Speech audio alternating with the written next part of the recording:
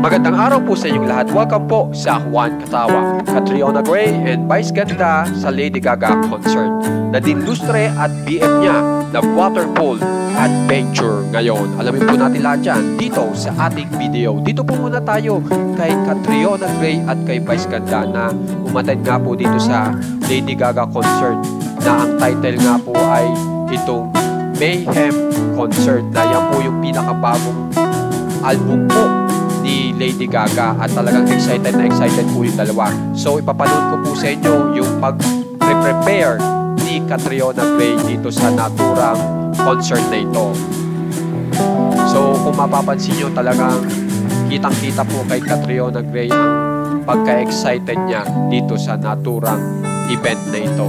At meron po siyang pinagkopyahan na kung saan ay talagang mala Lady Gaga ang dating. Yan. Kung mapapansin nyo, nag-blonde hair na si Catriona Gray. Yan ang pinagkopyahan po ni Catriona Gray. Kaya kung mapapansin nyo, yung make-up parang may luha ang dating kasi yung pinagkopyahan po picture ay yung kanta po ni Lady Gaga na Paparazzi. Samantala, ito naman po pag kinalose up po natin yung larawan ni Catriona Gray pag naging Lady Gaga. So i-play po natin yan.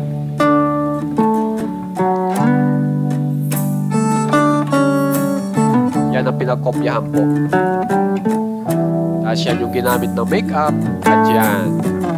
Ngayon dito naman po tayo kay Vice Ganda. So kung mapapansin nyo sa social media po ay pinapakita yung pagpasok ni Vice Ganda dito po sa concert ni Lady Gaga at talagang pinagkaguluhan din po si Vice Ganda. Maraming nagpa-picture sa kanya. So ito po yung isa sa pinakasikat pong isinuot ni Vice Ganda na mala Lady Gaga.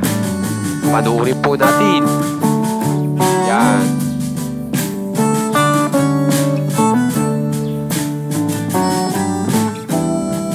At sinasabi nga po ni Vice Ganda na nakita niya si Catriona Gray at saka si Nadine Lustre dito po sa naturang concert na ito.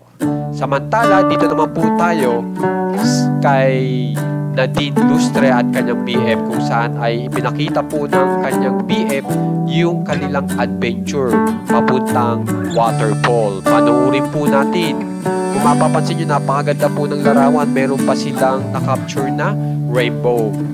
So kung mapapansin nyo, may kasama naman po yung dalawa sa adventure nila para makita po itong malaking waterfall na ito.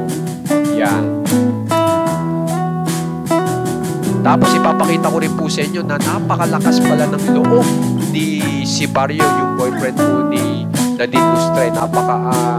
Talagang ma-adventure na tao. Ipakita ko po sa inyo kung bakit. Yan. Isipin nyo naman po, delikado po ito, pero talagang ginawa pa rin po ng boyfriend ni Nadine Lustre. So panoorin po natin ang pagtawid po kung saan ay talagang delikado. Tingnan nyo naman po, walang harness yan. Pero talagang napakatapang po tumawid pa rin po dito sa medyo delikado na po ito. Itong nakikita nyo na nababaksakan, pero tingnan nyo natapos pa rin ni si Barrio.